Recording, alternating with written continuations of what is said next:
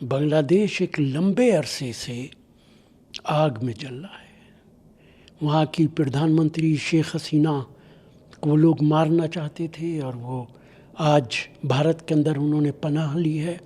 एक बार फिर बांग्लादेश के हालात ख़राब हो रहे हैं। कोई नहीं जानता कि भविष्य के अंदर क्या होगा। ये उनका अंदरूनी मामला है, इसमें बहुत ज़्यादा इंटरवीन नहीं किया जा सकता। लेकिन वहाँ का जो अल्पसंख्यक समाज है, हिंदू कम्युनिटी है, उसके साथ जो कुछ हो रहा है, जो जुल्म हो रहा है, वो उसकी जितनी निंदा की जाए इतना कम है। और ये हमारे बर्रे सग़ीर के अंदर, एशिया के अंदर एक नई बीमारी आई है। पाकिस्तान के अंदर हिंदुओं के साथ ज़्यादती होती है, अल्पसंख्यक समाज है। बांग्लादेश में अल्पसंख्यक समाज के साथ ज़्यादती हो रही है। भारत के अंदर बहुत सारे इलाकों में अल्पसंख्यक समाज के साथ ज़्यादती हो रही है। इसको ख़त्म होना चाहिए। लाख से ज़्यादा वोटर के नाम हटाए गए हैं। देखिए, तमिलनाडु में सिर्फ 14.5 लाख हटाए गए। उत्तर प्रदेश के अंदर तो 4 करोड़ हटाए जा रहे हैं। और ये बात हम नहीं कह रहे, उत्तर प्रदेश का मुख्यमंत्री कह रहा है, योगी आदित्यनाथ कह रहे हैं। और योगी आदित्यनाथ ये भी कह रहे हैं कि ये सब हमारे वोटर हैं, यानी बीजेपी के वोटर हैं। मुझे ताज्जुब होता है भारतीय जनता पार्टी की कारकर्दगी पे किस तरीके का है। जो लोग वोट जिनके काटे जा रहे हैं, कोई बताता है ये बीजेपी के वोट हैं, कोई बताता है ये अपोजिशन के वोट हैं। लेकिन एसआईआर पूरे देश को तबाह कर रहा है। हर प्रांत में जहाँ एसआईआर हो रहा है वहाँ वोटों को काटा जा रहा है। जो तरीक़ा अपनाया गया है वो बिल्कुल गलत है, लोकतांत्रिक मर्यादाओं के ख़िलाफ़ है। और इस एसआईआर से, जिसे मैं बार बार कहता हूँ, यह एनआरसी का दूसरा रूप है। और बीजेपी की सरकार इलेक्शन कमीशन के ज़रिए ये काम करा रही है। इससे देश का लोकतंत्र ख़त्म हो जाएगा। कि कांग्रेस पार्टी के कार्यकर्ताओं को डोर टू डोर जाकर के वोटर लिस्ट वेरीफाई करना चाहिए, एक एक चीज़ वेरीफाई करने की ज़रूरत है। देखिए, सिर्फ पॉलिटिकल पार्टीज़ के नहीं बल्कि जनता की जिम्मेदारी है कि वो आंखें खोलें, लोकतंत्र को बचाएं। सबको चाहिए कि अपने अपने वोट पूरी ताकत के साथ बनाएं। अगर कहीं कोई ज़्यादती होती है तो उसका प्रोटेस्ट करें। ये जिम्मेदारी हर नागरिक की है, क्योंकि आज सवाल देश के लोकतंत्र को बचाने का है। आज सवाल देश के संविधान को बचाने का है। और तमाम राजनीतिक दलों की कार्यकर्ताओं की भी जिम्मेदारी है। लेकिन परेशानी ये है कि हमारे विपक्ष के संगठन बहुत कमज़ोर हैं। वो बहस चाहते थे, लेकिन पार्लियामेंट में ना तो लोअर हाउस में ना तो अपर हाउस में इसकी चर्चा हुई। देखिए, पार्लियामेंट इररेलेवेंट बन गया। जब मैं ये कहता हूँ कि लोकतंत्र ख़त्म हो गया है, उसका एक बड़ा हिस्सा ये भी है कि हिंदुस्तान का पार्लियामेंट बेमानी हो गया है, मीनिंगलेस हो गया है। सरकार चाहती ही नहीं है कि किसी बड़े मुद्दे पर किसी तरीके की बहस हो। पॉल्यूशन पे बहस नहीं होगी, महंगाई पे बहस नहीं होगी, एसआईआर पे नाम निहाद बहस होगी, देश के बेरोज़गारी पर बहस नहीं होगी, देश की फॉरेन पॉलिसी पे बहस नहीं होगी। पार्लियामेंट के अंदर हो क्या रहा है? और जिन मुद्दों पर बहस होती है, उन मुद्दों पर जो पार्लियामेंट के मेंबर्स अपने अपने विचार रखते हैं, क्या सरकार पे उन विचारों का कोई असर होता है? मंत्री आके जवाब देता है, बात खत्म हो जाती। एमपीज बोलते रहते हैं, उनके विचारों का कोई फर्क सरकार पे नहीं पड़ता, वो कोई भी मुद्दा हो। और यही कारण है कि भारत सरकार ने पार्लियामेंट के सेशन को छोटे से छोटा करता जा रहा है। कभी विंटर सेशन 15 दिन का होता था, आज 15 दिन का विंटर सेशन है। इसलिए इसकी सारी जिम्मेदारी बीजेपी की सरकार की है। और बीजेपी की सरकार ने पार्लियामेंट को एक तरीके से डिफंक्ट कर दिया है। जो कानून बनाना चाहते हैं वो वॉइस वोटिंग से पास करा देते हैं। चेयर पे बैठा हुआ स्पीकर या स्पीकर की जगह पे या डिप्टी स्पीकर, जो भी बैठा होता है, वो ये भी तवज्जो नहीं देता कि कौन हाँ कह रहा है और कौन ना कह रहा है।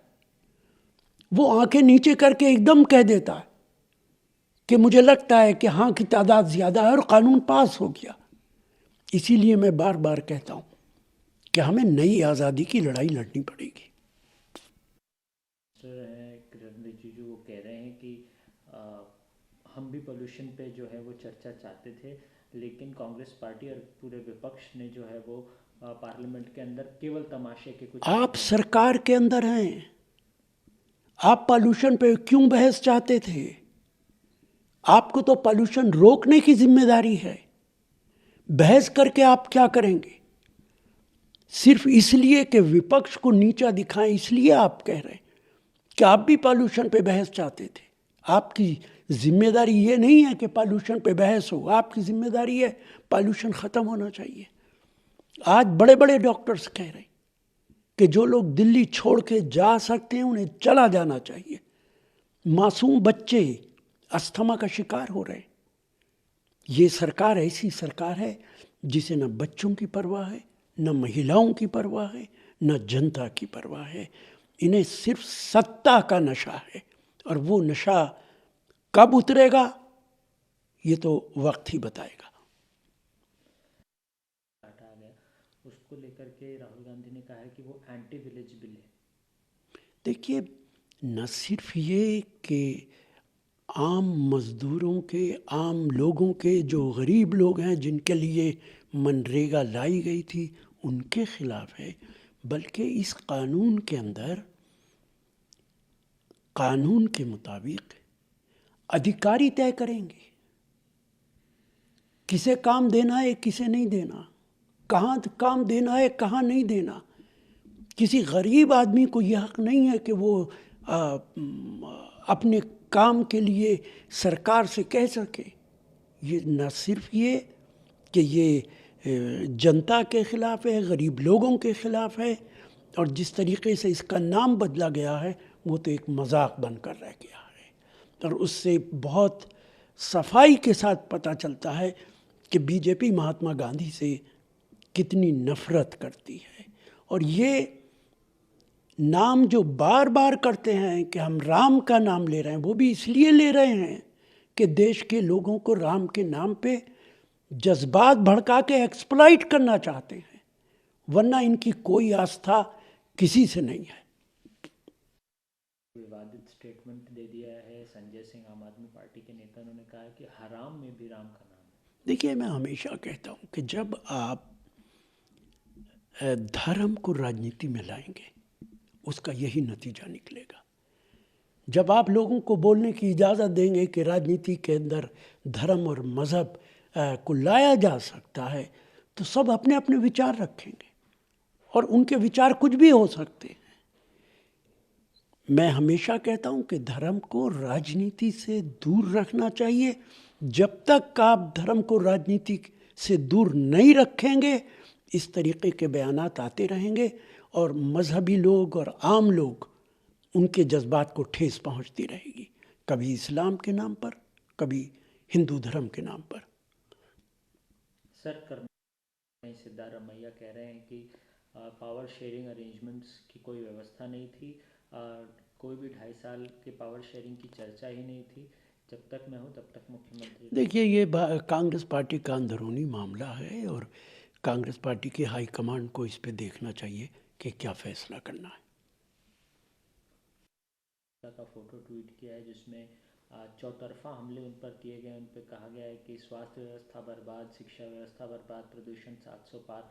कहीं ना कहीं प्रदूषण का एक ऐसा विषय हो गया जो दिल्ली सरकार के गले की हड्डी बन गई है। दिल्ली की बदकिस्मती है कि दिल्ली के अंदर ऐसा मुख्यमंत्री है जिसे न कोई मालूमात है, जो किसी समस्या का समाधान नहीं कर सकता।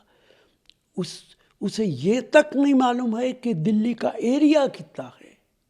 जिस मुख्यमंत्री को ये ना पता हो कि मेरे प्रांत का एरिया कितना है, इससे बड़ा मजाक क्या हो सकता है। जो मुख्यमंत्री ये कहता हो कि कांग्रेस के ज़माने में ईवीएम पे बेईमानी होती थी, अब अगर हमने बेईमानी कर ली तो आपको क्या परेशानी है?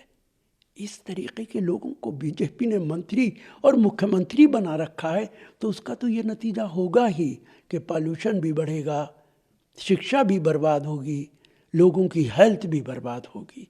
जब किसी प्रांत के अंदर इनकॉम्पिटेंट मुख्यमंत्री आ जाता है तो उसका यही नतीजा निकलता है। सर, इलाहाबाद हाई कोर्ट का कहना है कि लिव इन रिलेशनशिप कोई ऑफेंस नहीं है, उसे इलीगल नहीं कहा जा सकता। देखिए, देखना ये होगा कि क्या कानून की बात अलहदा है, क्या भारत की संस्कृति इस बात की इजाज़त देती है, क्या भारत का कल्चर, क्या भारत की जो विचारधारा है वो इस बात की इजाज़त देती है। कानून अपनी जगह है, लेकिन ये भी सच है कि देश के अंदर लिविंग रिलेशनशिप में हज़ारों लाखों लोग पहले से रह रहे हैं, उन्हें रोका नहीं जा सकता है कानून के मुताबिक। लेकिन ये जिम्मेदारी सब लोगों की है कि देश के लोगों को सही रास्ते पर चलाएं।